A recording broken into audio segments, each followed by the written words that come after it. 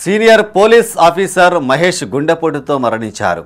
Police training కాలేజీలో డీఎస్పీగా పనిచేస్తున్న ఆయన కొంతకాలంగా అనారోగ్యంతో బాధపడుతున్నారు. హుజురాబాద్లో గుండెపోటుకు గురై మృత్యువాత పడ్డాడు.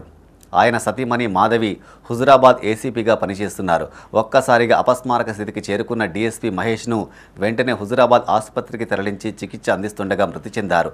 కేంద్ర హోంశాఖ సహాయ మంత్రి బండి సంజయ్ సానుభూతి తెలియజేశారు. కోతిరాంపూర్లోని ఆయన నివాసంలో సిపి గౌస్ సాలం మహేష్ మృతదేహానికి పూలమాలలతో నివాళులర్పించారు.